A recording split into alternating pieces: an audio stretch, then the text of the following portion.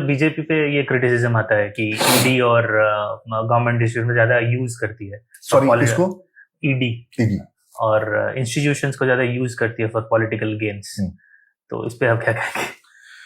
सी ये अब इस पे दोनों पक्ष है, आपको देखना पड़ेगा। अभी ईडी है, पहले सीबीआई पे ही बात होती थी। आप 70 के दशक में चले जाएंगे, 80 के दशक में चले जाएंगे तो यही बात सीबीआई के लिए कही जाती थी, कांग्रेस के लिए कही जाती थी। राइट, कि सीबीआई कांग्रेस का तोता है, ये लाइन होता था। राइट, तो कांग्रेस जैसे भी चाहती है वैसे सीबीआई को यूज करती है। बहुत बार आपको देखना पड़ेगा कि जो सबसे बड़ा जो एक अभी मेरे ख्याल से इल्जाम आता है कि ईडी का बहुत ज्यादा जो कन्विक्शंस है वो ऑपोजिशन के पॉलिटिशियंस पर, but data speak something different. अच्छा, ईडी फाइनेंशियल इरेगुलरिटीज देखती है। ईडी के जब आप केसेस टोटल देखेंगे उसमें जो पॉलिटिशियंस के केसेस देखेंगे दैट इज लेस देन 5%। अच्छा, right, so it includes business houses, other financial figures, normal people.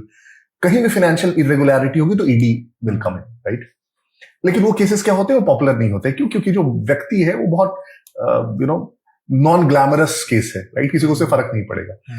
Cases कौन से हाईलाइट नहीं होते, केसेस कौन से ग्लैमरस होते हैं, जहां पे कोई ऐसा फिगर इन्वॉल्व हो जो बहुत पॉपुलर हो, generally politics, Bollywood and these kind of figures. Right, उस केस में दिखता है फिर कि बहुत डिस्प्रपरेशनली जो आप बोल रहे हैं कि हाँ विपक्ष के लोग हैं।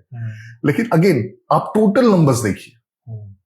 राइट, तो उसमें आपको वो शायद उतना बायस नहीं लगेगा जितना सिर्फ इस सबसेट में आपको बायस दिख रहा है।